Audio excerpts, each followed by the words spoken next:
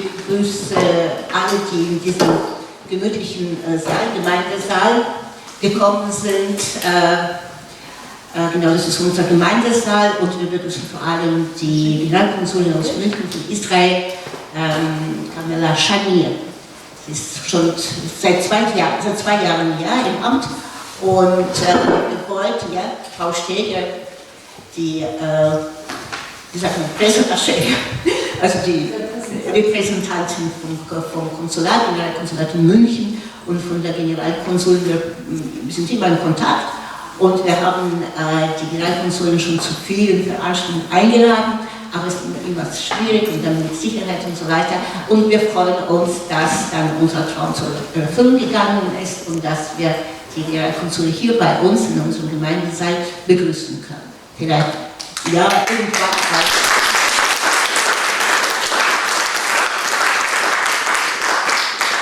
Vielleicht dann zukünftig auch zu irgendeiner schönen Veranstaltung, ja, Israel-Tag, oder das war ein wunderschöner Israel-Tag bei uns am 15. Mai, ne? Ja. Wunderbar, und dass wir auch dann von uns wünscht, dass da zu solchen Veranstaltungen auch die Generalkonsulin zu uns kommen würde, aber ich verstehe, dass es aus technischen Gründen ein bisschen schwierig ist.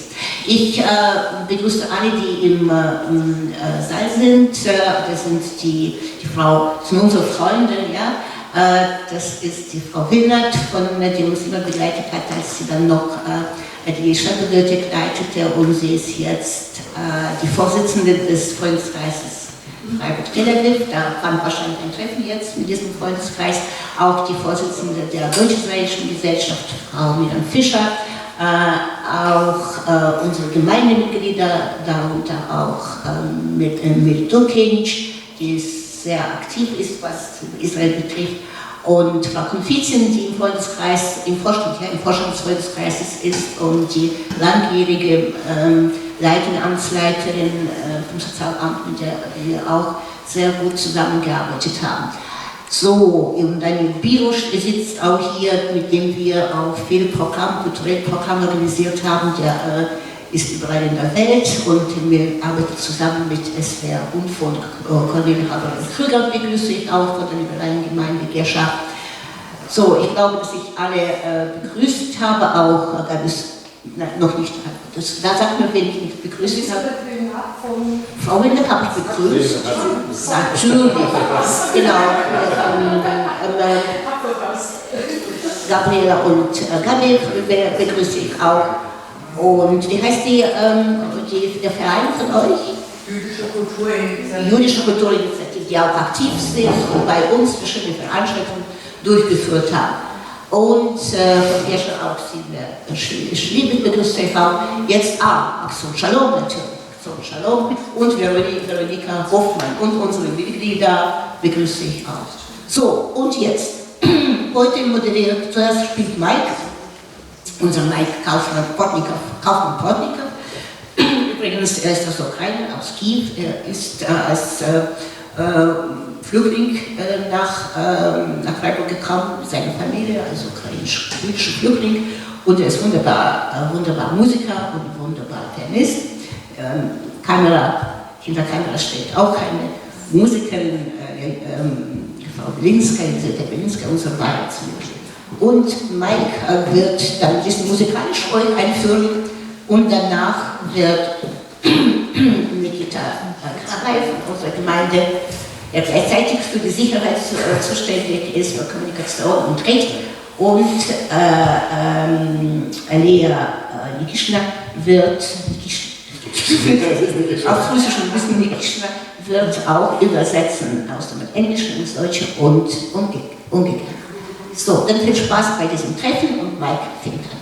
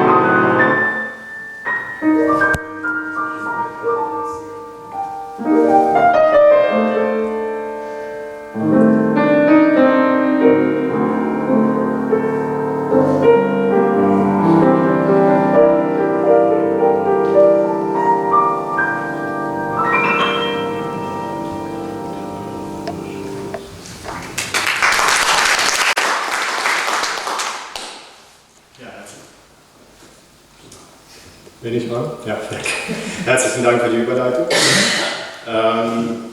Ja, nach der langen Begrüßung beschränke ich mich auf ein sehr geehrte Damen und Herren, liebe Freundinnen und Freunde. Zunächst einmal herzlich willkommen zu unserem Podiumsgespräch. Und Sie finden uns hier auch in einer gesprächigen Atmosphäre, soweit das möglich ist in so einem Format. Herzlichen Dank für Ihr Interesse zunächst mal und dass Sie alle Sicherheitshürden genommen haben und bei dem heißen Wetter den Weg zu uns gefunden haben. Ja, Bigger on the Inside, Sie haben es gelesen, draußen am Eingang. In der Kultserie Doctor Who ist das der meist erste verblüffte Satz von Menschen, die das Raumschiff /Zeitmaschine von Doctor Who betreten, die von außen wie eine gewöhnliche Telefonzelle aussieht und von innen eben ein großes futuristisches Schiff, das ungeahnte Möglichkeiten eröffnet. Ganz ähnlich ist das bei Israel, wobei es hier sogar oft andersrum ist. Denn zumindest die gewaltige weltpolitische Bedeutung dieses geografisch so kleinen Landes ist kaum irgendwo von der Hand zu weisen, was auch im noch so politikfernen Umfeld meist allen bewusst ist. Wenn man dann aber den Menschen über Vergleiche mal verbildlicht, wie klein das Land tatsächlich ist, erstaunen die meisten. Und wenn jemand von Ihnen dann auch mal einen Trip in dieses Land wagt, stellt wirklich ausnahmslos jeder und jede fest, wie unvorstellbar vielfältig dieses Land ist. Wie viel von allem in kultureller, historischer, wirtschaftlicher, natur- und klimabezogener und vielerlei anderer Hinsicht in dieses kleine Flecken Erde passt. Und man staunt nicht weniger als die Gäste von Doctor Who, it's bigger on the inside. Und dasselbe gilt mit Sicherheit auch für die diplomatischen Beziehungen zwischen Europa, insbesondere Deutschland und Israel, die wohl kaum von größerer Bedeutung sein können. Heute wollen wir dem Staunen ein wenig nachgehen und mit jemandem sprechen, die in den letzten Jahren wirklich on the inside stand, die man in dieser Hinsicht also wirklich als Insiderin bezeichnen könnte, als Dr. Who gewissermaßen. Frau Generalkonsulin Kamela Shamir, herzlich willkommen.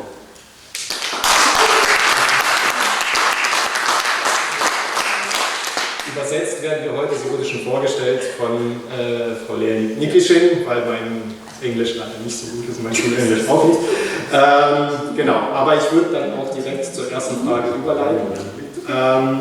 Ich habe aus vertrauenswürdiger Quelle erfahren, dass dies einer Ihrer letzten offiziellen Termine sein wird. Da drängt sich für mich natürlich geradezu die Frage auf, wie blicken Sie auf Ihre Amtszeit zurück? Was waren für Sie die Highlights? Was hinterlassen Sie Ihren Nachfolgern? Was nehmen Sie mit? So, he has heard from trustworthy sources that this will be one of your last official appointments, and this leads to his questions. Looking back, how would you perceive your period of office? What were your highlights? What do you leave behind for your successor, and what will you take with you? That's a very, very big, right? It's big. What will I take with me? First of all, the fact that I met so many really special people, amazing people, from bottom up and top down. Really, I met politicians, I met students, I met teachers, I met people that are involved in societies like the gay or like Friends of, just this afternoon, Friends of Tel Aviv, Freiburg, twinship city. So this is, I didn't expect Germany to be so hospitable to me personally and to Israel. And in parentheses, I should add that I'm responsible only for South Germany. So my experiences are from South Germany, and I think this is quite unique because I don't have the feeling it's the same in the North.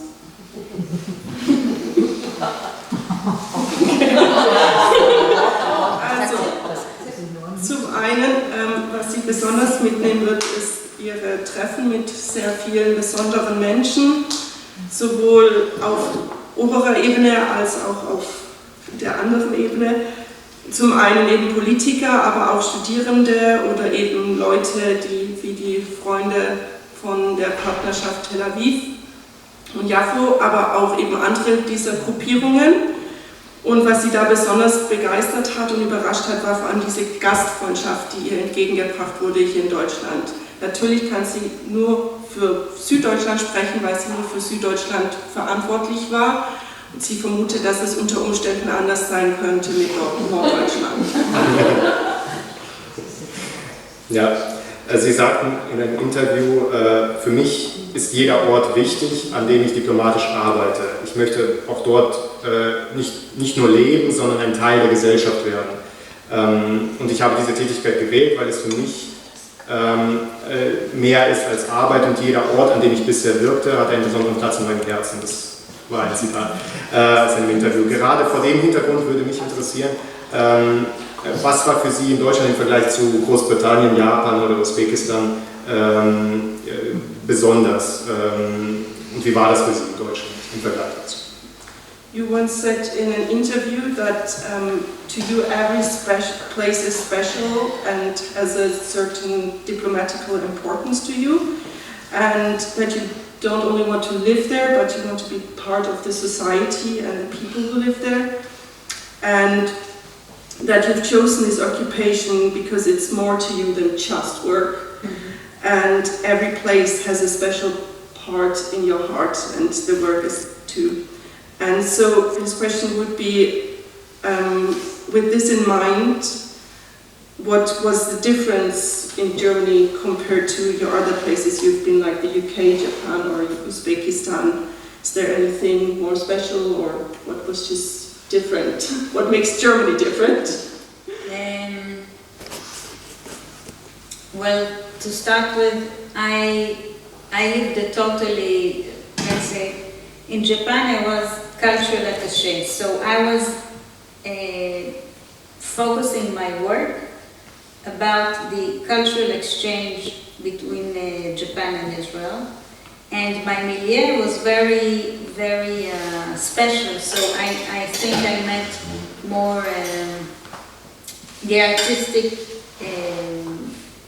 people in the Japanese society, which are more open to the world, are more curious to other cultures, and in general are more liberal. So this was one kind of experience. In Belgium I met, I had a totally different experience, and I was surprised actually how much I felt resentment and anti-Israeli emotions. This was for me a big shock, and I had meetings that were really like, I was left speechless by the things I heard.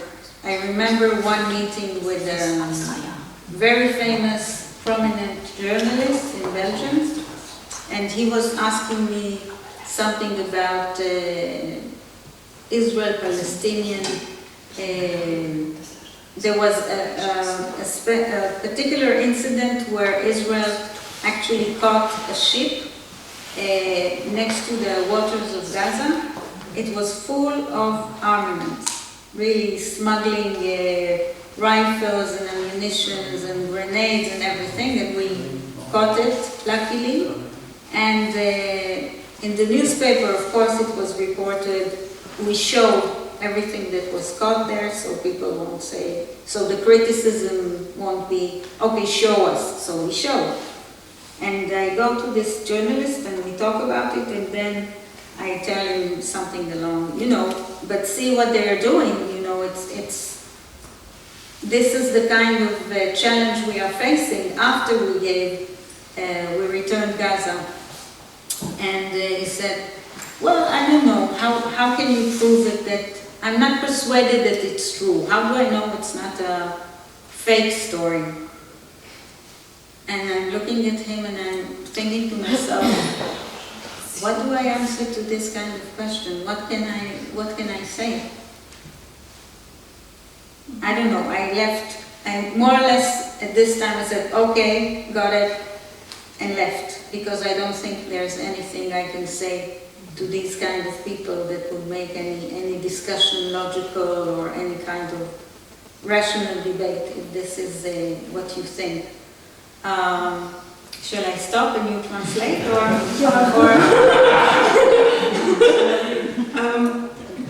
I think that might be helpful. Zunächst hat sie von Japan erzählt.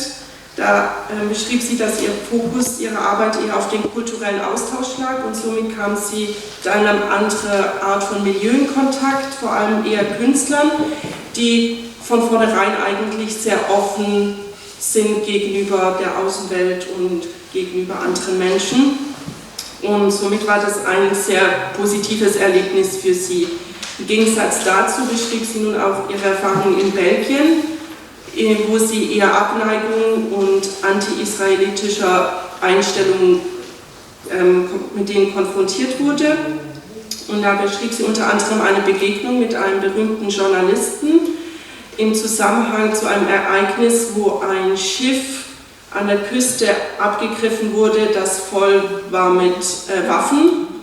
Und sie haben das ganze Ereignis offengelegt, damit eben ihnen keinerlei Vorwürfe entgegengestellt werden können, sondern sie haben es einfach offen dargestellt. Mit so einer Situation sind wir konfrontiert tagtäglich und so einer Sicherheitsproblem. Und dieser Journalist, nachdem sie mit dem ins Gespräch kam, antwortete darauf einfach nur, wie können Sie das denn überhaupt beweisen? Ich glaube, die Geschichte ist wahrscheinlich einfach nur erfunden und was einfach sie sehr sprachlos zurückblieb, weil wie kann man mit solchen Menschen diskutieren, die selbst auf solchen eindrücklichen Beweisen hin sagen, ach was, kann gar nicht sein. Woraufhin sie einfach sagte, da blieb ihr nichts anderes übrig, einfach zu gehen, weil da ist keine Diskussion oder keine Gesprächsgrundlage mehr möglich. And then Uzbekistan was another really marking period in my career. I went to a country I really didn't know much about. You know, I thought it's a really neglected country. I knew there was a dictatorship there. I knew we had the Jewish community, very famous Jewish community in Bukhara. And I was so surprised by what I found there. Yes, the country is very poor, but the people are so warm and lovely and open, and there's no anti-Semitism, no resentment, no hatred to Israel, and they were so, open to discussion. They were open to hear what we had to say. And because of the character of Uzbekistan, I saw my role as a person that can bring good from Israel to this country. So if there are things that I can do to improve the life of people who are in need, this is what I want to do. There was no room for any political debate or any defending Israel politically, because actually they were very much pro-Israeli. They understood completely the challenges we are facing in the region. But they are a Muslim country that cannot actually express their support of Israel and understanding of Israel. So it was, I hear a lot of good analysis of the situation in the region, in Central Asia, about the challenges that Iran poses both for us and for their own region. So it was a very good political dialogue and a very warm personal relations with the people of Uzbekistan. I did some projects that I'm very proud of. I worked with there aren't that many institutions for children with disabilities. Actually, there are 3 in the whole country. And many of these children actually have to stay at home because there's no institution they can go to, no appropriate school, some social clubs. Their parents are very serious difficulty. So we had a project with this kind of special institution to also train the people that are taking care of them and train the parents to make it easier for them to take care of them. We got some budget from my ministry to have like a reception or something, so we took the money and didn't have any reception because I'm not a great believer in receptions, and we gave it to an orphanage for children with disabilities. So to really, you don't do it with a lot of money, you don't do it with big projects or whatever, but you do it with small steps. And I was proud that I was able to improve the life even of one child or one family, or it was more than one, but I think this is part of our role as diplomats, as representative of the State of Israel, that we can share all this knowledge and all this social wealth and ideology of improving, willingness to improve other people's lives. And I was able to use I had the privilege to be able to do something like it. It's also long. No worries. Okay. Sie hat nun von ihrer Erfahrung in Usbekistan erzählt. Zunächst war ihr dieses Land eher unbekannt. Sie wusste, es ist eine Diktatur, wahrscheinlich etwas ärmeres Land, auch wenn sie wusste auch, dass es dort eine berühmte jüdische Gemeinde in Bukhara gibt, und war daraufhin sehr positiv überrascht, weil dieses Land, auch wenn es arm ist, sehr offen und sehr freundlich ihr gegenüber begegnet ist und auch den jüdischen Menschen absolut keine Israelfeindlichkeit und auch kein Antisemitismus. Tatsächlich sind sie sehr pro Israel, was sie, auch wenn dadurch, dass sie ein islamisches Land sind, nicht sehr offen zur Schau stellen und nicht sehr offen zeigen, und sie sich auch selber sehr schwierige Situationen mit dem Staat Iran haben und da eher ein bisschen vorsichtig sind. Sie sah in Usbekistan vor allem ihre Aufgabe darin, das Leben der Menschen dort zu bereichern und ihr Wissen auch aus Israel dort zu teilen, und hat dort unter anderem ein Projekt ins Leben gerufen, denn in Usbekistan ist es Kindern mit Behinderung leider nicht möglich, in die Schulen zu gehen. Es gibt dort keine Schulen, die müssen meistens zu Hause sein und werden dort notdürftig versorgt. Und so hat sie ein Institut gegründet, wo unter anderem eben die Kinder mit Behinderung Unterricht bekommen können, aber auch die Eltern weitergebildet werden, sodass sie sich adäquat um ihre Kinder kümmern können und denen entsprechend Pflege zukommen lassen können. Das geschah unter anderem auch eben mit Geldern diplomatischen, die auch dann in ein Waisenhaus gerade eben für Kinder mit Behinderung geflossen sind. Und das sie beschreibt ihre Arbeit, die sie als Diplomatin sieht, sehr gut. Es geht ihr da vor allem eben einfach darum, das Leben der Menschen in dem Land, in dem sie zu Gast ist, zu bereichern und dort einfach das zu teilen, was sie mitbringt. Sei es eben finanzielle Mittel, sei es einfach auch Wissen, was sie aus ihrem eigenen Land mitbringen kann und dort die Menschen dort unterstützen kann in ihrem Gastland. And now Germany, which is a totally different place from where I served before, definitely from Uzbekistan. We are talking about a society that is very rich, both very educated, socially much better off, and I call ourselves privileged. All of us are very privileged to be born in this kind of place, in these countries, and to get so much opportunities in life, to be whoever we want to be. So this is a totally different experience from Uzbekistan. Obviously, you come to Germany and you feel, or you are afraid of what you're going to feel or how you are going to feel there. And that was you're questioning yourself in two ways. How will I be received as a representative of Israel? And how will I feel? Will I have the history always in the back of my mind, or will I be able to look at the people and don't think about the past? And I was surprised both by how warmly I was received, especially as I said in the south.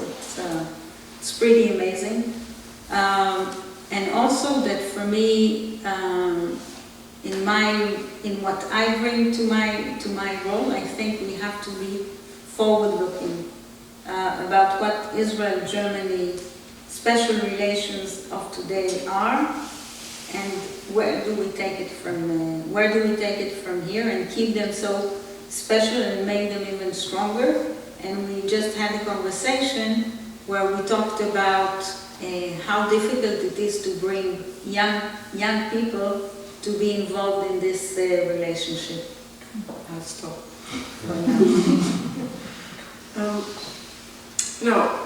Im Vergleich jetzt zu dem vorherigen Land Usbekistan ist Deutschland nun sehr anders gewesen. Es ist ein sehr viel reicheres Land, reicher an Möglichkeiten, reicher auch an finanziellen Mitteln und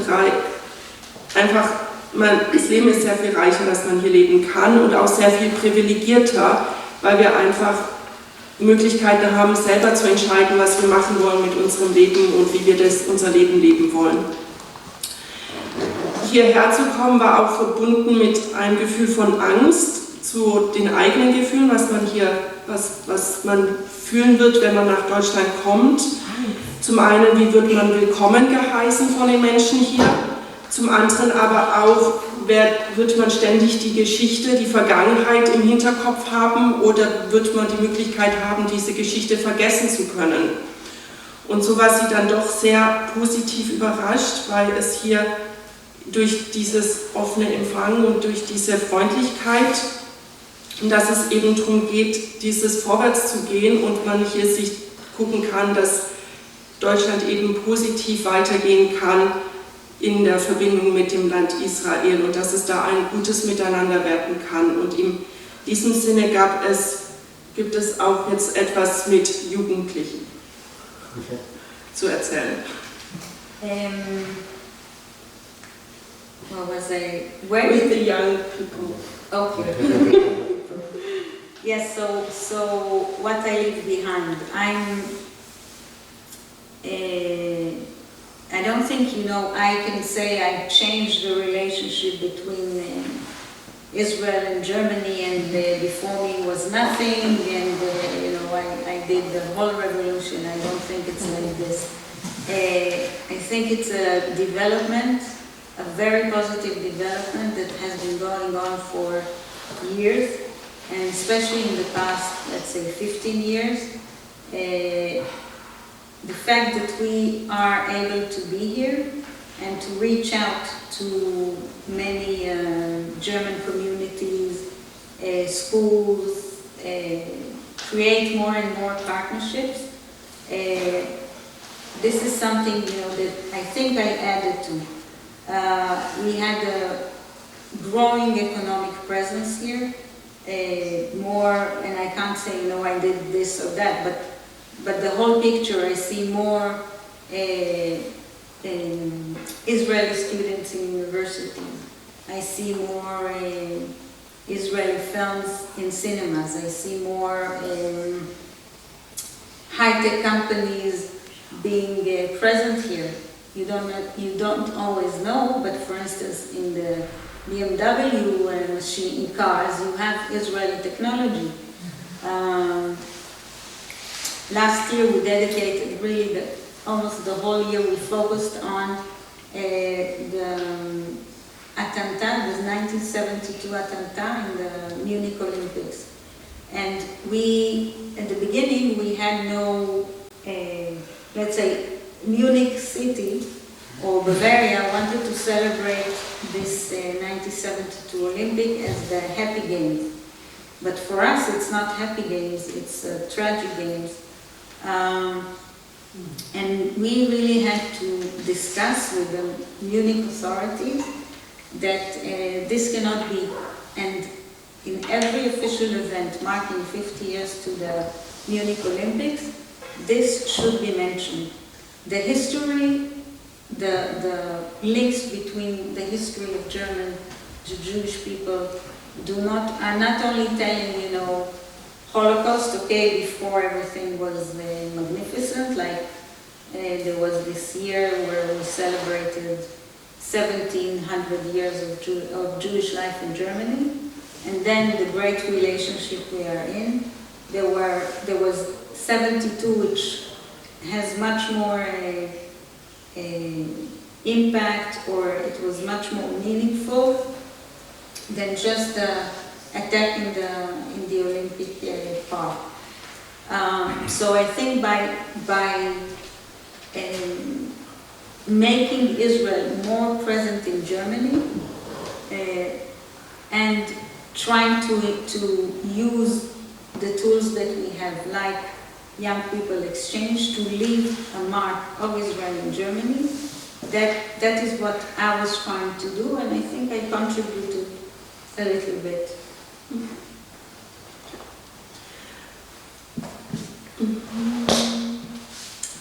Genau, sie kann nicht unbedingt sagen, dass sie jetzt diese Beziehung zwischen Israel und Deutschland revolutioniert hat oder dass es eben vorher keinerlei Beziehung gab oder keinerlei Austausch und jetzt durch ihren Einfluss ist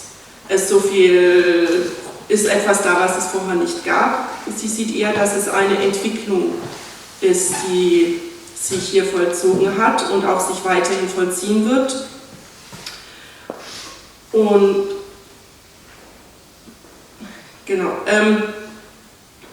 sie hat aber, denke ich, schon aus ihrer Sicht hat sie schon dazu beigetragen. Unter anderem kann man das darin sehen, dass es mehr Studierende gibt in den deutschen Universitäten, dass es mehr israelische Filme in unseren Kinos gibt, dass es auch mehr Firmen hier gibt, mehr Technologie, unter anderem zum Beispiel auch in den Werken von BMW wird Technologie aus Israel angewendet. Was sie aber auch sehr nachdrücklich noch beschrieben hatte, war eine Situation letztes Jahr, als in München das 50-jährige Jubiläum von den Olympischen Spielen stattfand und das auch gefeiert werden sollte, wo sie da sehr intensive Gespräche geführt hat mit den offiziellen Menschen dort, weil das Attentat, was damals stattgefunden hatte, sag ich mal, unter den Teppich ein bisschen gerutscht ist und sie da eben nochmal nachdrücklich betont hat, dass so etwas darf nicht vergessen werden und es ist notwendig, dass diesem Attentat gedenkt wird, weil es einfach einen bleibenden Eindruck hinterlassen hat und einfach nicht vergessen werden kann. Und dem einfach etwas mehr Bedeutung beigemessen werden sollte, als häufig geschieht und als da die Tendenz dazu war auch, es hätte geschehen werden sollen. Unter anderem eben auch im Hinblick von der Geschichte von Holocaust kann man eben einfach nicht sagen, dass das war schlecht und jetzt ist alles so viel besser gewesen danach, sondern man muss einfach dem auch gedenken. Und so sieht sie einfach im Hinblick dazu, dass sie ihren Beitrag oder das, was sie zurücklässt jetzt hier in Deutschland durch ihre Arbeit, sie darin formuliert, dass es einfach mehr Präsenz bekommen hat, mehr Israel, mehr Präsenz hier in Süddeutschland hat, eben durch studierende Filme und aber auch eben Gedenken an Ereignisse. Okay. Ja, das war sehr spannend. 10 Sachen, an die ich gerne anknüpfen würde. Ich muss mir aber eine aussuchen. Und zwar, Sie haben die Gemeinde, eine große lebendige Gemeinde in Usbekistan erwähnt. Welche Rolle spielen die jüdischen Gemeinden in Ihrer Arbeit? So the question was, you mentioned the Jewish community in Uzbekistan, but what role were the Jewish congregations or communities here in Germany playing in your work? In general. Or in general? Well, in Uzbekistan it was very, very different. The Jewish community now, the Bukhari Jews, are something like 500 are left in Uzbekistan, and they are Russian Jews. The numbers vary around maybe 10,000. You can say 12, you can say 8. Doesn't matter. But I felt my role is to help them maintain Jewish life, which isn't so easy in this kind of place. So joining them, being present with them was what I could do, and I don't think they needed much more than this kind of thing. They are those that are of Russian Jews are working they're all assimilated in the society, but it's important for them, especially for the Bukhari Jews, to maintain their own character. For the German Jewish communities, it's a much more complex issue. First and foremost, the ability to maintain a safe Jewish community is a real challenge. Sadly, you cannot always wear a kippah on the streets. Sadly, you need really tight securities on synagogue. Sadly, I need the police, German police, to secure me. They are very nice, the policemen that are accompanying me, but it's sad that, we need to do it, and it's true not only in Germany but all over the world. The other thing, so one is of course, to support the fight against anti-Semitism, which the Jewish community suffer from, but is actually the problem of the German society. It's not a problem of, it's not Israel's responsibility to fight. It's the German society, government, to fight this problem and to protect the Jewish life, to allow Jewish life to be, live here and be and flourish, and not to hide behind the closed doors. Okay. Zunächst zu Usbekistan. Dort beschrieb sie die Bukhara-Juden, die so um die 500 sind und ursprünglich aus Russland stammen. Und dort sah sie ihre Rolle hauptsächlich darin, den Menschen dort zu helfen, dass sie ihr jüdisches Leben wahren können. Das zum einen darin, dass sie mit ihnen daran teilnahm an diesem Leben und an den Ritualen und ebenso den Menschen half. Das sah sie am notwendigsten an. Die Menschen dort sind auch assimiliert, aber es ist dennoch einfach wichtig für die Bukhara, dass sie ihre Einzigartigkeit und eben ihren Charakter bewahren können. Hier in Deutschland dagegen sah sie die größte Notwendigkeit oder ist das Wichtigste darin, eben die Sicherheit der Juden hier zu bewahren, was sie sehr traurig findet, und kann ich nur dazu beitragen, es ist sehr traurig, dass Juden nicht auf offener Straße eine Kippa tragen können, dass der Polizei vor der Tür der Synagoge notwendig ist und es notwendig ist, dass die Polizei ihr Personenschutz gewährt oder halt sie das wahrnehmen muss hier in Deutschland.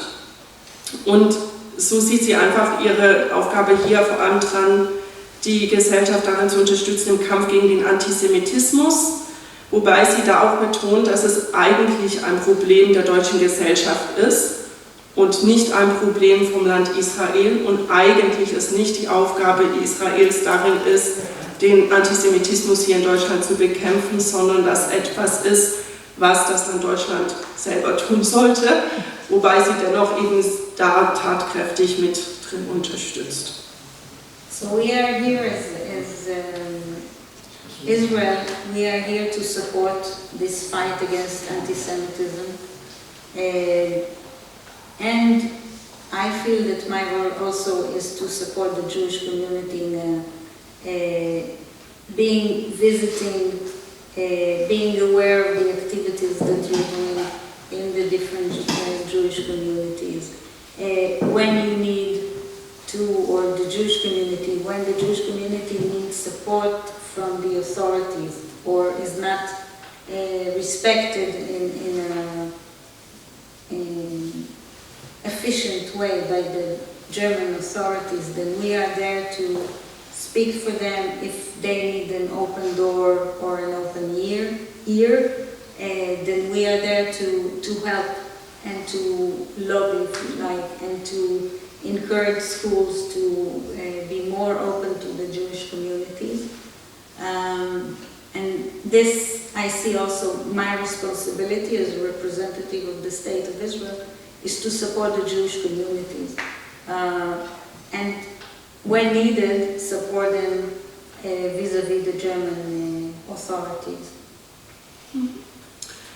Zum einen eben neben dem Kampf gegen den Antisemitismus sieht sie auch ihre Aufgabe darin, die Gemeinden zu unterstützen, sie zu besuchen, an Veranstaltungen mit teilzunehmen, einfach da zu sein, aber auch eben um ein offenes Ohr zu haben, gerade wenn es darum geht, gegenüber der deutschen Bürokratie da Lobbyarbeit zu betreiben, eben da nochmal sie zu unterstützen, wenn es zum Beispiel darum geht, bei Schulen, dass da Religionsunterricht stattfinden kann, einfach solche Arbeiten, wenn es eben da die Regierungen nicht immer ganz so mitspielen, wie man es gerne hätte, und da eben mehr Repräsentation zu sein.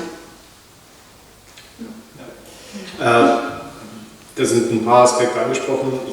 Ich versuche jetzt, weil wir werden wahrscheinlich springen, ich komme nochmal auf das Antisemitismus, auf den Kampf gegen Antisemitismus zurück. Was mich aber interessiert, und das haben Sie auch, glaube ich, das wurde jetzt, glaube ich, auch schon erwähnt, die Jugend, ja, auf die jüngere Generation angesprochen, haben Sie in einem Interview gesagt, dass deutsche Jugendliche und junge Erwachsene, mit denen Sie gesprochen haben, für Sie auch einen sehr interessierten und neugierigen Eindruck machen. Sie sagten, ich sehe meine Aufgabe darin, Ihr Wissen über und Ihre Sichtweise auf Israel zu erweitern. So erzähle ich Ihnen vom lebendigen Lebensstil junger Menschen in Israel, von den Innovationen in Israel und unserem Engagement zur Lösung globaler Herausforderungen, wie dem Kampf gegen den Klimawandel beizutragen, vom Essen, von der Musik und von unserer Kultur. Nun stellen wir uns vor, ich bin ein junger, interessierter Mensch, der sich bei dem Israel-Forum beteiligt. Wie würden Sie mir gegenüber diese Dinge konkretisieren? Also zum Beispiel lebendiger Lebensstil oder Innovationen, Engagement zur Lösung globaler Herausforderungen. To the young people in Germany, you once mentioned that that German teenagers and young adults that you've met and talked to seemed very interested and curious in Israel, and that you also perceive your task to broaden their mind and their knowledge about Israel and their point of view of Israel, and you would tell them about the lively lifestyles of the young people there and the innovations in Israel and your engagement in doing their part in solving global struggles like fighting against climate change. You would tell about the food, the music and the culture, and now he asked you if you could imagine that he is one of those young people and who is taking part in Israel Forum, and how would you do this specifically? How would you broaden his mind and point of view? Well, it depends on the context. You are in which exactly forum you are in. it's about Israel, it's about, for example, exchange program or something, and I want to know more about Israel. So let's say if you want to go to Israel and I'll start to talk to you, okay, I think you should start a program on the beach in Tel Aviv because, you know, you get the best restaurant. I can send you to my favorite restaurant on the beach in Tel Aviv. And so this is how we start the evening. And then the next day I take you to a tour around the Shuk HaKarmel, which is a place where, you know, it's the typical Israel, all the colors and tastes and smells, and so I try to do this. The day after we go to Herzliya to visit a few startup companies. And what are you interested in mostly? Zum Beispiel, ich habe erwähnt, die Innovation oder Engagement zur Lösung zum Beispiel globaler Herausforderungen wie den Klimawandel. Also they're solving global struggles and like climate change, innovations connected to that. So you know what, I'll take you not to Herzliya, I'll actually take you to Rehovot. Rehovot is the place where you have the biggest number in absolute numbers, something like 300 startups dealing with food security. So we go there to Rehovot and I take you to see just 2 or 3 companies and you say, wow, this is amazing. Then we should not forget to go to the Dead Sea, of course, to have this experience. And we finish the week-long tour in Jerusalem. Of course, we have to visit Yad Vashem, which is an amazing is maybe not the right word, but it's a very powerful experience. And then you have the afternoon off. Then we go to the old city, we visit the Wailing Wall, we see the 4 denominations present in 1 square kilometer. And in the evening we finish with the Machne Yehuda market and we go to have a nice beer in a nice restaurant with all the balagan in the Machne Yehuda market. So, you know, it depends which kind of group you are part of, and I will plan your trip accordingly, and I will, you know, try to give you a taste and smell and the energy of the place you want to visit. So bottom line, it's not about, you know, telling you, I don't know, something about the political situation, about Israeli-Palestinian conflict and all that. It's about making you feel the place, not something rational or analytical, it's emotional. Zunächst ist es wichtig, bei so einer Frage den Kontext zu haben. Also wer ist man, was möchte man, woran ist man interessiert? Und wenn man jetzt eben davon ausgeht, man ist ein Student, der sehr auch interessiert ist, auch eben an den globalen Einfluss von Israel und auch gerade in Bezug zum Klimawandel, dann fängt man trotzdem zunächst damit, würde sie damit anfangen, eben jemanden mitzunehmen an den Strand von Tel Aviv, dort ein gutes Restaurant zu empfehlen, als nächstes dann auf einen Markt, wo man all die Eindrücke bekommt, die Gerüche, die Geschmäcker, so ein bisschen mit allen Sinnen quasi Israel erleben zu können. Dann wird es weitergehen nach Rehovot, wo der größte Zahl von so circa 300 Startups sind in Bezug zu Nahrungssicherheit, würde ich es übersetzen, also Food Security. Danach aber auch ein bisschen das Land kennenlernen, das Tote Meer, Jerusalem, die Altstadt, dort auch auf einen Markt abends noch und ein schönes Bier trinken. Und so im Großen und Ganzen geht es ihr dabei nicht darum, den Menschen von der Politik zu erzählen und von Israels Einflüssen darin, sondern eben das Land durch Gefühle und Emotionen den Menschen näher zu bringen, eben durch die Sinne auch, durch das Essen, durch das Trinken, durch einfach eben das Land, die Menschen das Land spüren lassen, wie es dort ist zu leben und wie die Menschen dort sind. Ja, ich hoffe, unsere Gemeindevorsitzende hat mitgeschrieben für unseren nächsten Israel-Ausflug. Took notes for the next trip for the interpretation, because last year they were in Israel. Sie wurden auch zum gemeinsamen Jugendwerk von Israel und Deutschland gefragt, einem relativ jungen Projekt. Wie ist da mittlerweile der Stand diesbezüglich? So you were also asked about a joint youth work of Israel and Germany, and which is a quite recent project. And what is the most recent development of this project? First of all, the exchange programs are not new. I think we've had them since the 60s, and these are the foundations of where Israel and Germany are today. I meet many people who are, when they were 16, they went with the school trip, or they went to a kibbutz, and these experiences actually mark them for life. And someone who was in Israel when he was young, she was young, and totally, let's say, they fell in love with Israel. They know that Israel is not a simple place. There's no black and white in Israel. Everything is many colors. There's gray, there's red, there's white,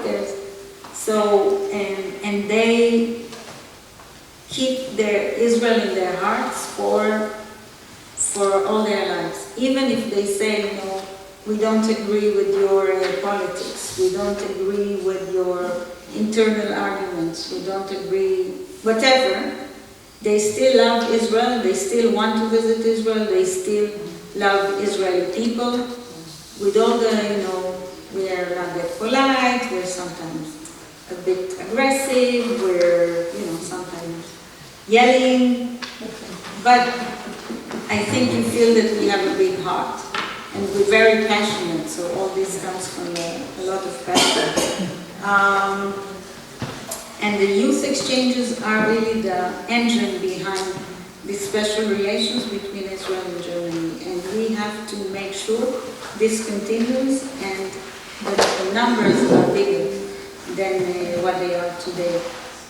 So we are working very hard on school exchanges, youth exchanges. I must tell you that in Bavaria, the situation is very good. I hope that Baden-Württemberg would learn from Bavaria. The last development was the establishment of a youth exchange council or organization.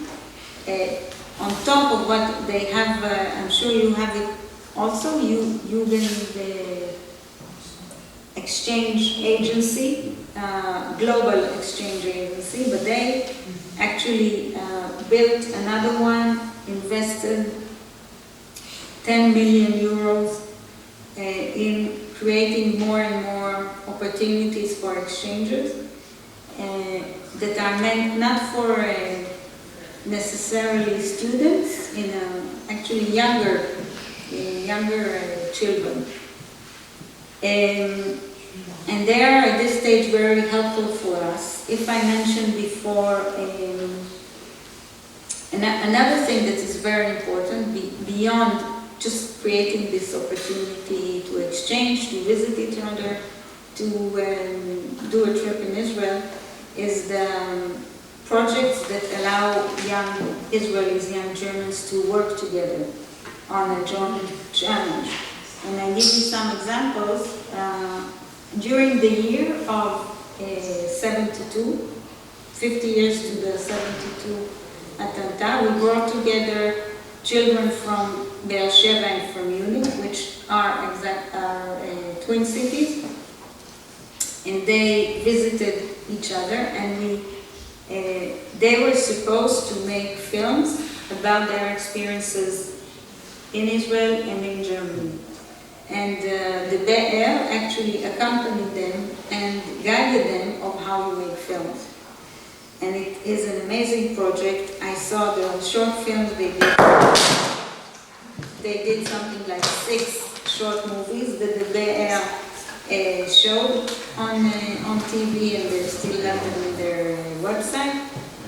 And this experience of creating something together, I think that's our that's the best tool that we have. And this is the new direction that we are taking this youth exchanges.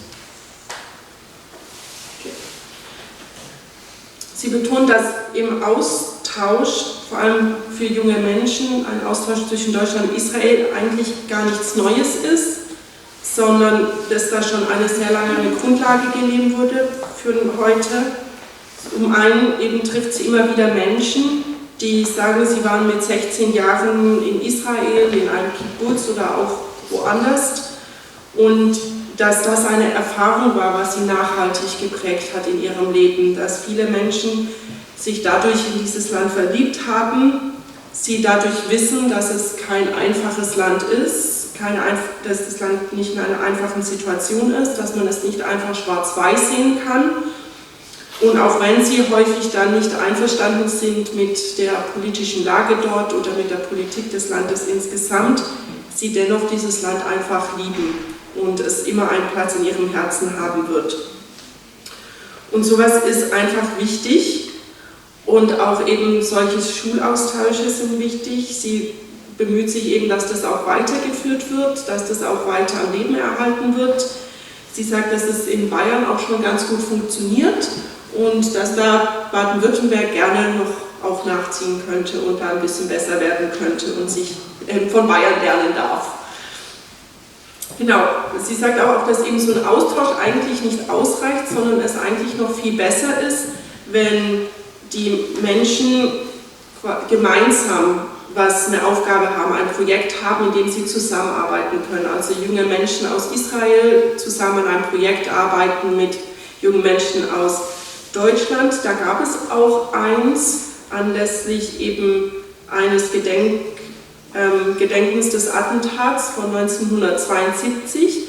Da bekamen die jungen Menschen aus Israel und Deutschland die Aufgabe, einen Kurzfilm zu drehen über ihre Erlebnisse in dem jeweils anderen Land, die dann eben zusammen mit einem... Was ist das? Der Bayerische Rundfunk. Genau. Zusammen mit dem Bayerischen Rundfunk wurde das durchgeführt. Die haben sie darin unterstützt, diese Kurzfilme zu drehen, und die wurden dann auch im Rahmen des Bayerischen Rundfunks dann veröffentlicht. Und sie sagt, dass das eben etwas ist, was sie noch weiterführen möchte und was eben in welche Richtung es in Zukunft auch gehen soll bei diesen Jugendaustauschen. Ja, kommen wir zur politischen Situation. Die haben wir angesprochen. Umschiffen können wir sie leider nicht.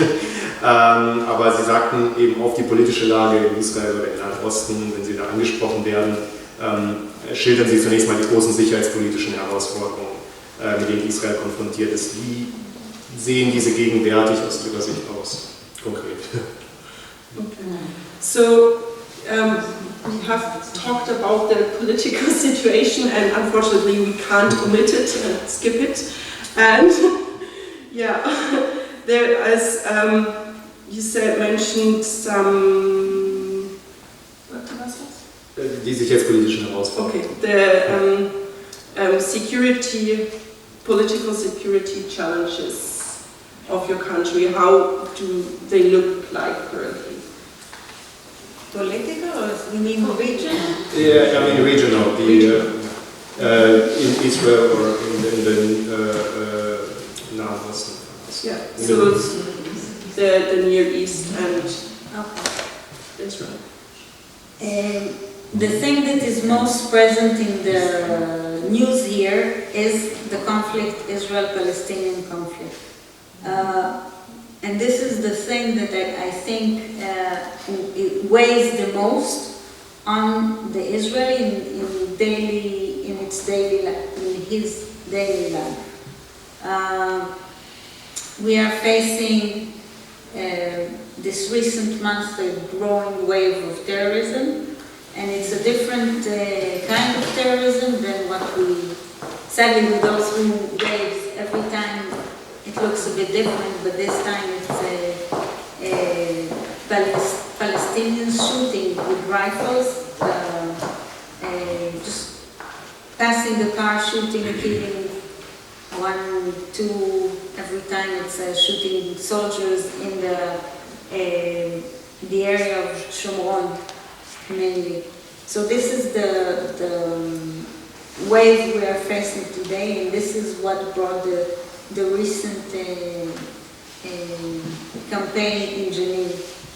The amount of ammunition that is there and the support that they're getting from Iran, from the Hamas, is creating really a daily violence incident that is hurting Israeli population but also Arab population. Sadly, I must say that we've seen also some pogroms, Jewish pogroms in our villages, and I think it's shocking, and Israel has to deal with these consequences as well. The military is helping, actually protecting this population, but we should not forget that the problem starts with the Palestinian terror. I'll stop here and then continue.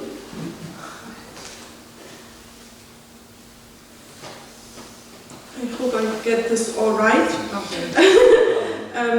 Also es ist eben, dass der größte Einfluss, der auf das tägliche Leben von den Menschen in Israel ist, wenn wir den ganzen Nahen Osten betrachten, ist aber tatsächlich der Israel-Palästina-Konflikt.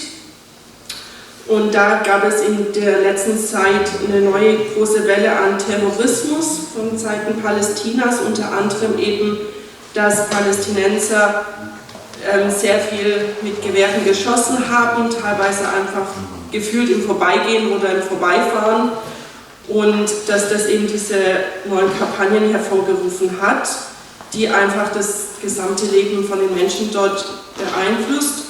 Unter anderem, was sie auch eben erwähnt hat, war, dass in einigen Dörfern es zu jüdischen Pogromen kam, was eben dadurch dann hervorruft, dass von Seiten Israels, dass sie eben mit Hilfe des Militärs bemühen, diese Menschen zu schützen. That's very short. Okay, very good. Another very difficult for the Israeli population is the rockets coming from Gaza.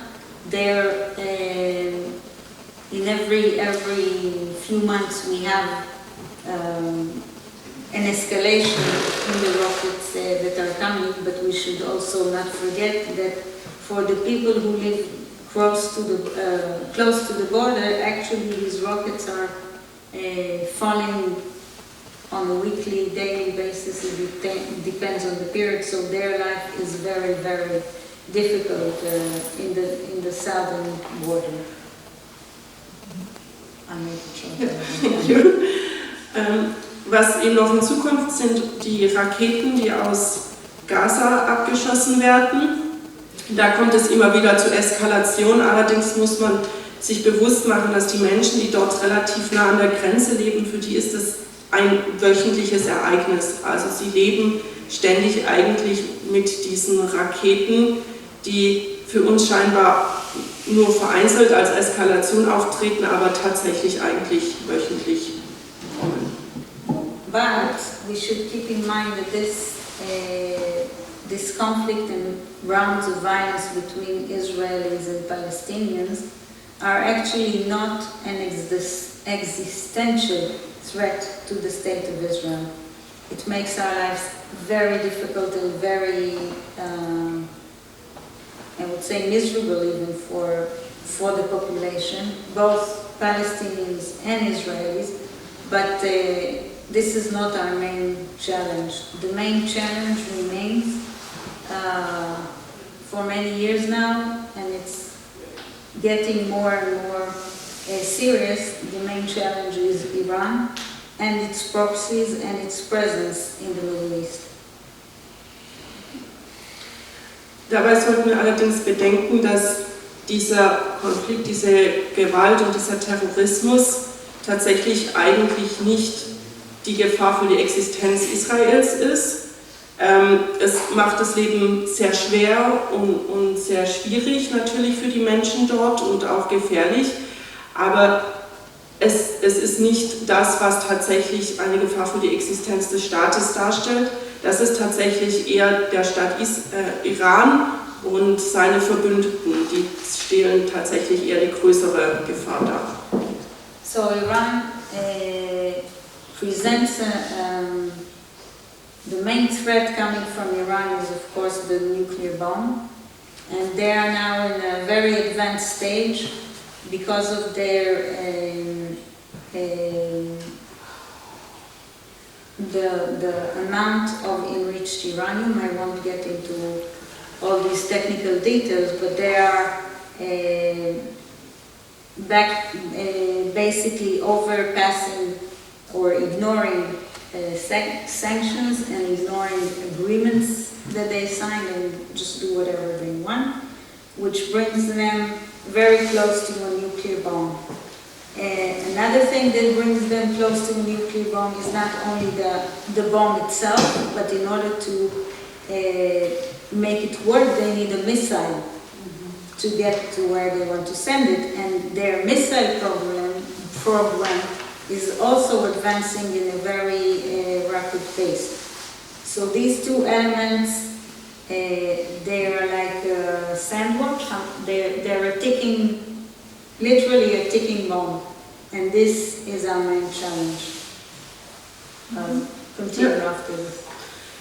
Wie bereits erwähnt, ist eben Irans die Hauptgefahr und es liegt unter anderem eben an ihren Atomwaffen, die bereits sehr weit fortgeschritten sind in ihrer Entwicklung, da die Politiker im Iran Vereinbarungen und andere Fortschriften einfach komplett ignorieren und machen, was sie wollen. Und was eben aber auch zu den Atomwaffen dazugehört, ist nicht nur eben die Bombe, sondern auch die Raketen, die sie transportieren sollen, und auch die sind tatsächlich in ihrer Entwicklung schon sehr weit fortgeschritten. Und insofern kann man Iran eigentlich wirklich als eine tickende Zeitbombe darstellen, die sehr nah am Ablaufen ist. Another thing, the long arm of Iran is also threatening us from very close to our border, from north of Lebanon.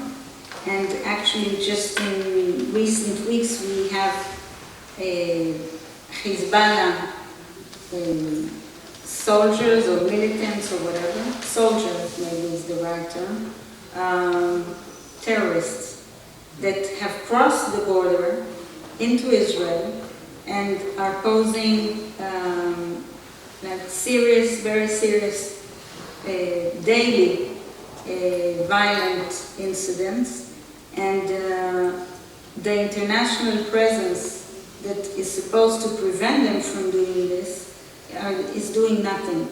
We have UNIFIL, it's called UNIFIL, an international UN force for Lebanon, and they're supposed to be the ones that are keeping the border respected and are pushing Hezbollah terrorist militants away from the border, but they are not doing their work. So we are facing real dangers from the north. And what makes it more complicated is that it's not just terrorists that are in our north border, but in South Lebanon, in Lebanon, there is a huge amount of weapons, of missiles, of rockets, that once this situation escalates, or once Iran tells them go, they are sending thousands of missiles on Israel that can actually reach beyond Tel Aviv. So this is a real threat, and I hope we will not get to it.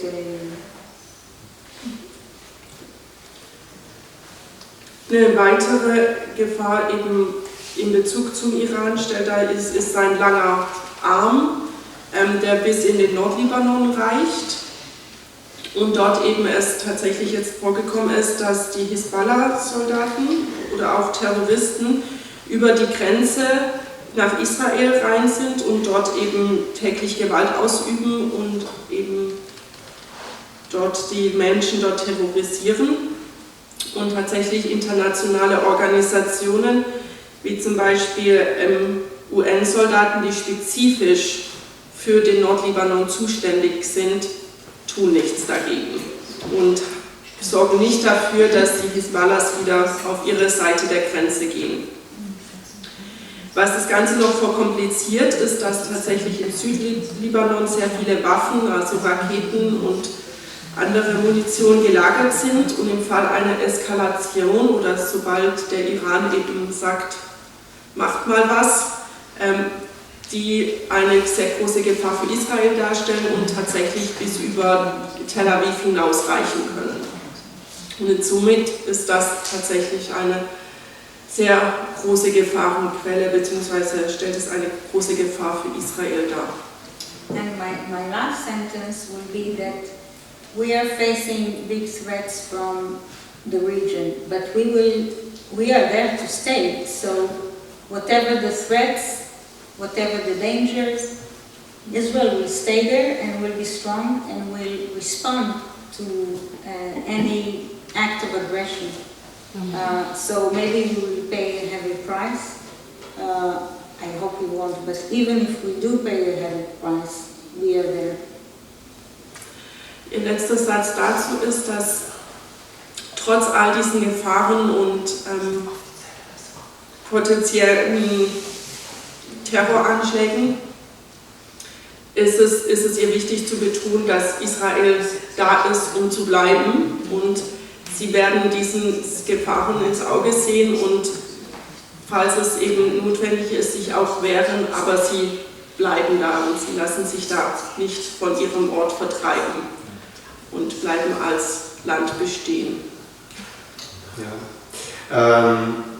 Nun komme ich, wie Sie sich vorstellen können, auch, und das ist mittlerweile auch zu einer existenziellen Frage wohl ausgewachsen, wie Sie sich vorstellen können, komme ich einfach nicht drum herum. Ich muss darüber sprechen, auch die gegenwärtige politische Lage in Israel selbst.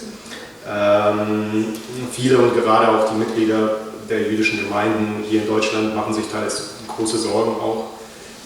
Wenige kennen oder verstehen die Details der gegenwärtigen Auseinandersetzungen in Israel selbst.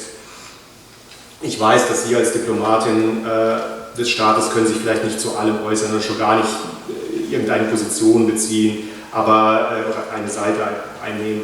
Aber Sie sollen ja Menschen und Sie wollen ja auch Menschen in Deutschland Israel darstellen und erklären.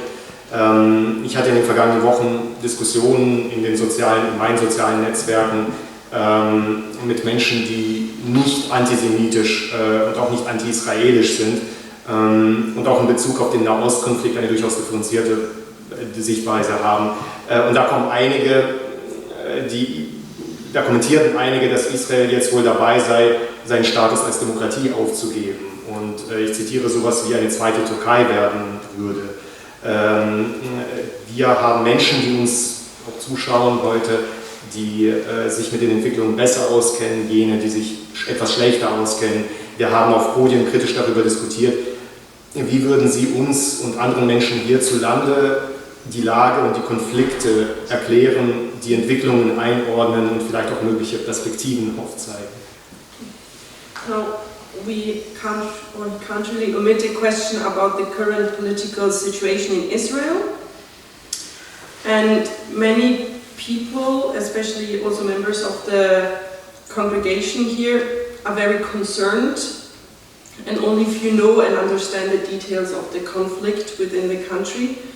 And we do realize that you in your diplomatic position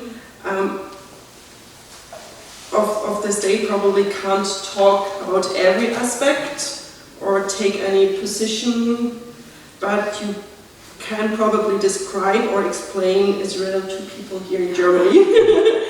And during the last week he has had a few discussions with people in social networks, and especially people who were neither anti-Semitic nor anti-Israel, and had a very knowledgeable and differentiated point of view of the conflict. And they described, or some commented that Israel seems to give up its status as a democratic state, and he is quoting, is about to become a second Turkey. And we have people here observing us who know more about the developments taking place, those who know very little about. And we have had discussions also taking place about the situation, but how would you explain it to us and other people in this country, the conflict, and or classify the developments and maybe even show some prospects that we can hope for? Well, I don't think there's any chance we will become Turkey. If you know Israelis, you know that they do not take orders from anyone. So no dictatorship in the near future. Yes, the situation is very complicated. You see a lot of emotions. You see people are so passionate about the issues that they are going to the street and they are demonstrating, and it becomes very, very heated debate. The question is, let's say, the discussion is about the balance of power between the different authorities. So you have the judicial system, the government, and the Knesset, Parliament. Yeah, but how do you call these three? Legislative, yes, executive, legislative, and judicial. And the question is, what will be the balance of power? Now, there is a consensus that things need to be reformed in this division of power.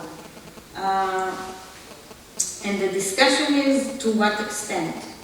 Israel does not have a constitution, but it has something that's called basic laws. And which, if you like, you can see it as a constitution divided to different chapters. And in these basic laws, for instance, there are issues that are beyond politics, but are like, more value. And in order to change these laws, you need to have a very big majority in the Knesset that will prevent, for instance, a simple coalition to change them.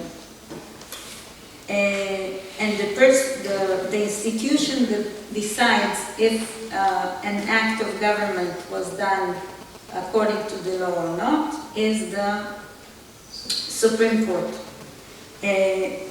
Now the reform is about, I make it very simple, is a simple majority of a coalition in the Knesset has the power to turn, to negate a decision by the Supreme Court.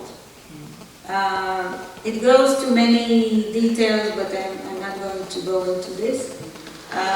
There are some politicians that argue that the Supreme Court has gained a lot of power, actually much disproportionate power over the legislative body, and also above the, or let's say the legislative body. And this might infringe of the idea of democracy, because the legislative body is reflecting the citizens, the ideological division of the citizens. Therefore, it should be the one that will have the final word, and not the judicial system. This is more or less the story. Of course, there are a lot of nuances and I'm making things very basic, but I think this is the way to explain it to those that are not in the details. I hope you understood. We'll see. Okay.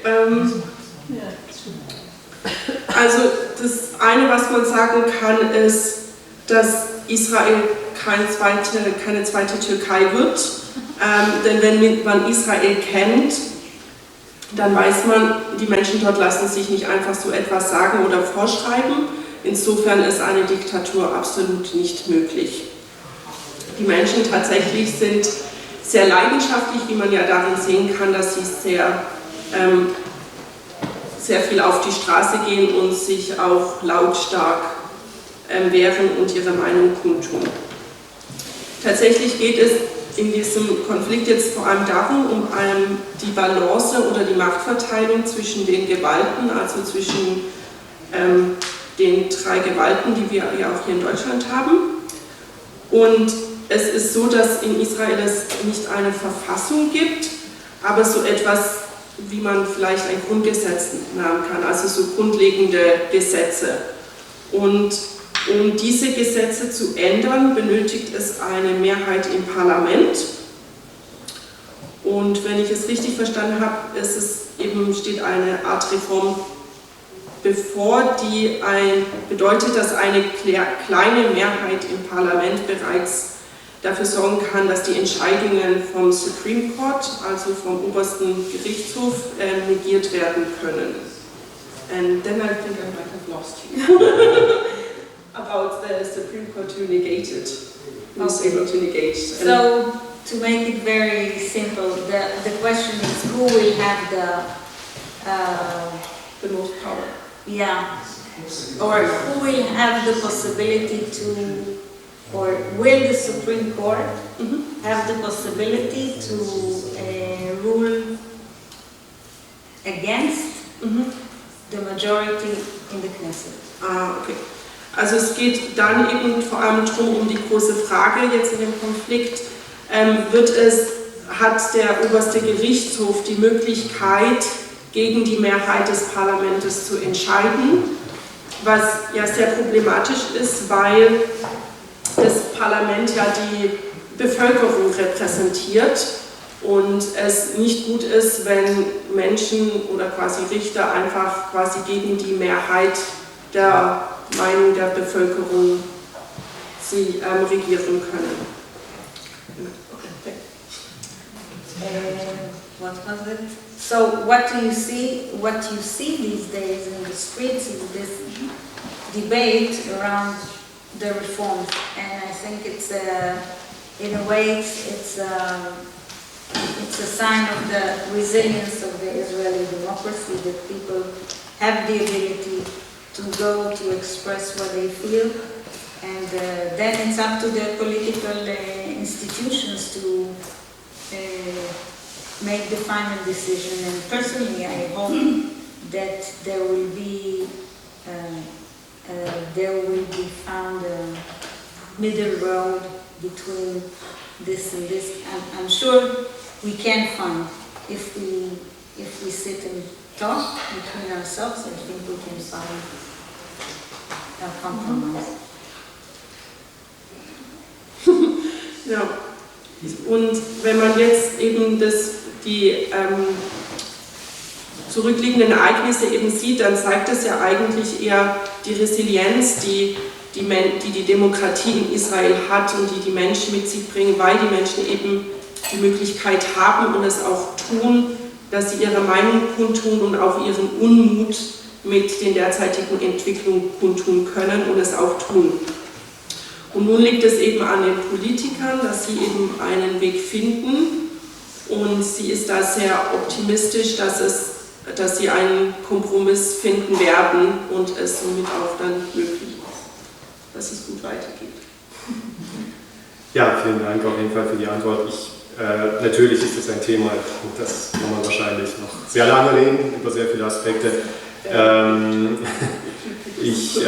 Aber Sie haben schon eine Frage vorweggenommen, die ich hatte, nämlich ob Sie immer noch sehen, dass es, wie Sie schon früher in den Interviews sagten, ob es eine Kompromissmöglichkeit gibt. Das haben Sie bejaht. Und vielleicht noch eine Sache, um quasi auf einer positiven Note zum Schluss zu kommen. Vielleicht können wir noch 1, 2 Fragen mit zulassen.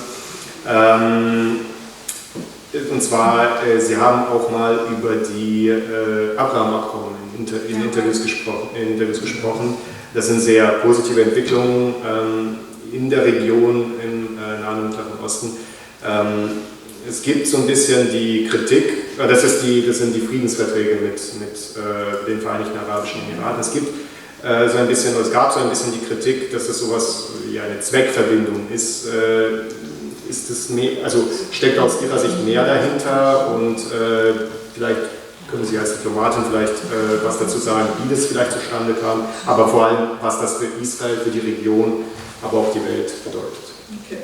So there are these Abraham's agreement, I think is the proper accords. Thank you. I wasn't sure.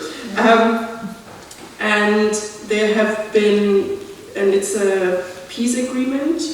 But there's also been some critical voices that it is more of a purposeful connections, and then the question is there something behind those claims, and if so, it would be interesting to hear from you in your position as a diplomat, how this Abraham Accord came about and what it means for Israel, the region, and also for the world.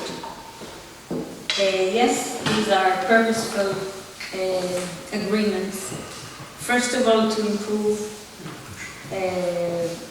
strategic situation in the region, meaning to create a coalition against the threat Iran poses, because it poses the same threat also on the moderate Sunni countries, as Bahrain, as the United Arab Emirates. But also, if you think strategically, the region and the world are facing threats because of the climate change. So the situation of water shortage, food security, energy, all these are strategic issues for the countries, certainly of the region, but also globally. And these agreements came about also because there is a need to cooperate on this, and because Israel has know-how and experience that is very much relevant to these countries. So if you like, it is purposeful to face these strategic challenges. Also sie würde schon sagen, dass es eben auch, wie hast du es auf Deutsch genannt? Zweckverbindung. Also genau, man kann es schon durchaus als eine Zweckverbindung bezeichnet, aber vor allem es hat vor allem auch diesen Zweck, dass es Israels strategische Situation gegen den Iran verbessert. Also es geht hier um die Vereinbarung eben vor allem auch mit den Vereinigten Arabischen Emiraten, denn der Staat Iran stellt auch eine Gefahr dar für die Sunnis, unter anderem eben auch in den Vereinigten Arabischen Emiraten.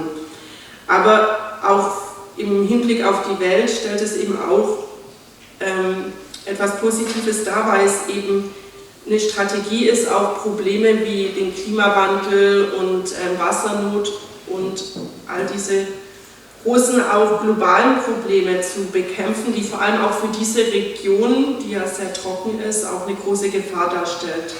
Und Israel kann da eben mit beitragen, weil sie sehr viel Erfahrung haben und sehr viel Wissen schon haben in diesen Bereichen und sich angeeignet haben. Und insofern, ja, es ist durchaus eben auch eine Zweckverbindung, aber was ja in diesem Fall nichts Negatives heißen muss.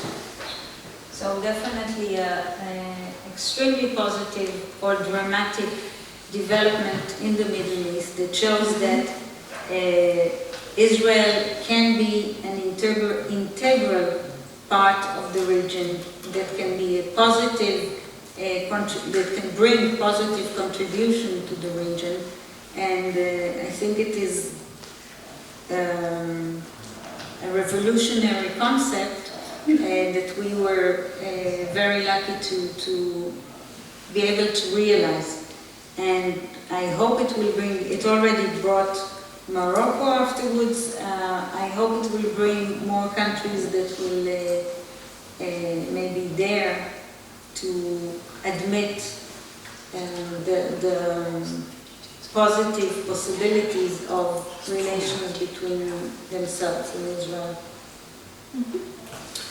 Und was das auch eben gerade dieses Abraham-Abkommen zeigt, ist, dass es auch etwas sehr Bedeutendes und auch Nachhaltiges ist für diese Gegend,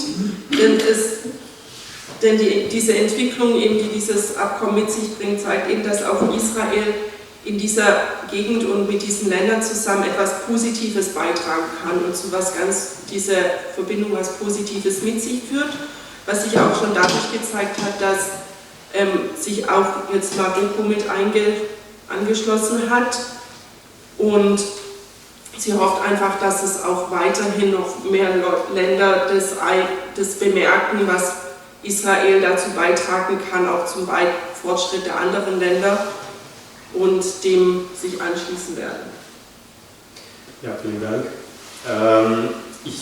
Wenn Sie noch ein paar Minuten Zeit haben, wir sind leicht über der Zeit, aber wenn Sie noch ein paar Minuten Zeit haben, würden wir 1, 2 Fragen noch aus dem Publikum zulassen. So we have a little bit over time already, but the question is, would it be possible to answer a few questions from?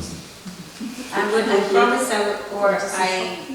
will answer shortly, but please, maybe we take them together and then Ja, also 1, 2 Fragen, bitte kurz. Sie verspricht auch, dass sie sich kurz fassen wird. So, auf Deutsch, auf Hebräisch. Auf Hebräisch kann sie nicht übersetzen. Ich kann nur Englisch. Auf Deutsch. Also Israel, wie Sie jetzt geschildert haben, ist ein wunderbares Land und mit vielen Errungenschaften und sehr lebendige Kultur und lebendige Gesellschaft.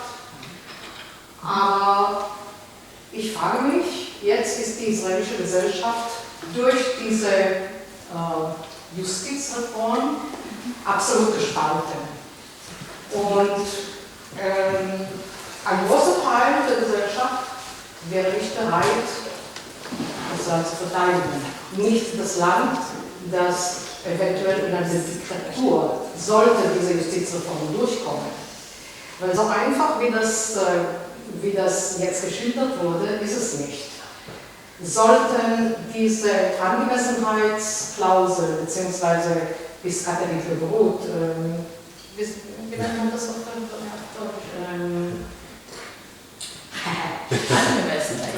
Sollte das durchkommen, ja, dann kann im Prinzip die Regierung alles machen und alles entscheiden, sogar die nächsten Wahlen zu annullieren. Jetzt ist meine Frage, auf wen kann Israel innerpolitisch sich vertrauen, beziehungsweise wenn Israel weg von demokratischen Werten käme, welche Partner wird sie noch in der westlichen Gesellschaft haben? Danke. Dankeschön. Sollen wir das sammeln? Oder? Ja. Hier war noch irgendwo eine Frage? Ja.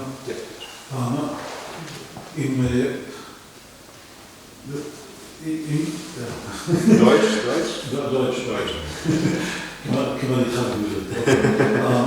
Die Situation mit der Entspannung und die Friedensgespräche, Friedensabschlüsse in der Region.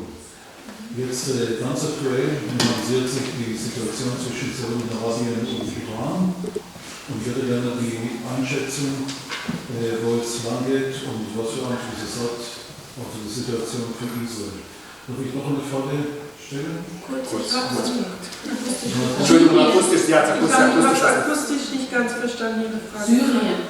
Was war die Frage nochmal die Frage wiederholen, die erste. Die Situation mit Saudi-Arabien, die Annäherung zwischen Saudi-Arabien und Iran. Was für einen Besatz hat. Welchen Einfluss hat er? Dann die nächste Frage. Wir haben im Aktionsforum Israel, im Aktionsforum Israel, das wir auch vertreten wird, haben wir analysiert die Situation in Libanon mit der Detonation, die ganz große Detonation. Und es kam raus, was in die Presse hier gekommen ist, dass der Stoff explodierte, 2700 Tonnen. Das war kein Düngemittel, das war laut Wien schon Sprengstoff. Das taugt für Raketenantriebe und auch für bombennationale Vorschriften und auch schon tauglich ist. Das Schiff wurde kontrolliert durch die deutsche Marine von UNIFIL. Haben wir auch herausgekommen. Die Frage für mich ist, wie ist die Einschätzung, ist es möglich, dass UNIFIL eigentlich Munitions- oder Kriegsmateriallieferungen an Hisbollah dadurch ermöglicht? Weil bis dahin, bis zum Einsatz von UNIFIL, war Israel da und hat die Grenze kontrolliert.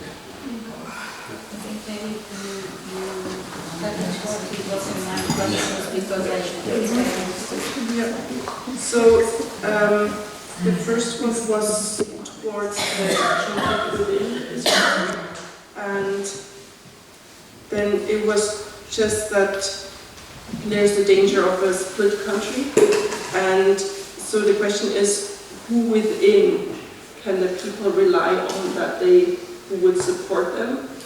And if push comes to shove and everything, there's no compromise, then the question is who within the West would still support the country? That was the first question. Then let me answer this. Okay. We have to remain optimistic that a compromise will be found, otherwise, there's nothing left. If we say already now, when we lost, we will lose. We have to remain optimistic, and I'm sure that many countries, or I'm aware of this discussion with in the press, at least the discussion between the US and us and all that. But I think we will have the US on our side, Germany on our side, many other countries on our side, that will continue to support Israel, even if a certain reform will happen, because the relations with Israel is far beyond a political question. So I think it's something more fundamental, and we will not lose the true friends that we have. Sie betont, dass ein Optimismus sehr wichtig ist und dass man daran glauben muss, dass es eben ein Kompromiss möglich ist und dass eben es zu einer Einigung kommen wird. Sie sieht es aber auch, dass eben, was auch oft in der Zeitung stand, in den Medien stand, dass eben eine Freundschaft und eine Verbindung zwischen den USA und Israel, aber auch zwischen Deutschland und Israel auch weiterhin bestehen würde, selbst wenn diese Reform durchgeführt wird, weil sie einfach sieht, dass diese Verbindung zwischen den Ländern viel tiefer geht als einfach nur auf politischer Ebene, sondern auch viel mehr Geschichte hat und viel mehr dahinter steht und dass eben da auch weiterhin, selbst wenn die Reform durchgeführt wird, auch weiter besteht. Genau. And then the second question was on towards the situation between Saudi Arabia and Iran and what influence has that on Israel? I don't think there is any direct influence. I don't see any. They're not going to become very good friends, Iran and Saudi Arabia, if they signed a treaty or whatever they signed. I think it's Sure. Yeah, it's a show, and it's really it won't change anything in the geostrategic situation in the region. There's a lot of bad blood. They're not going to be friends, and I don't think it will change. So the war in Yemen will also continue. I think there was they declared some ceasefire or some arranging this conflict, but we should see. Also sie sieht da keinen großen Einfluss, den es haben wird, dass tatsächlich dieses Abkommen oder Vereinbarung, die da bezeichnet wurde, eher zur Show ist und aber keinen weiteren Einfluss haben wird, weil die zwei Länder keine Freunde werden. And then there was a question towards the detonation in Lebanon. And there was this. They found out that this detonation came also from weapons and from explosive material, and the question is that UNIFIL maybe supporting and that they actually are helping. So that UNIFIL is actually more helping the Lebanon in acquiring the weapons rather than keeping them from. No, I don't think that's the situation. I think UNIFIL is not very helpful, to say the least, but I don't think it comes with an agenda against Israel. So by the fact that it's actually not doing anything, they are watching Hezbollah basically doing whatever they want, and the UNIFIL is not doing anything. I think mostly out of fear, that their forces will get hurt. And that is what allows Hezbollah to dig in South Lebanon, but I don't think they get any support from UNIFIL. I think the question being that... Okay, then maybe I didn't...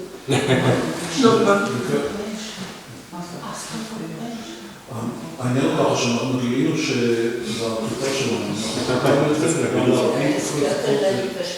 ja, aber Sie und ich kann dann eine Antwort übersetzen.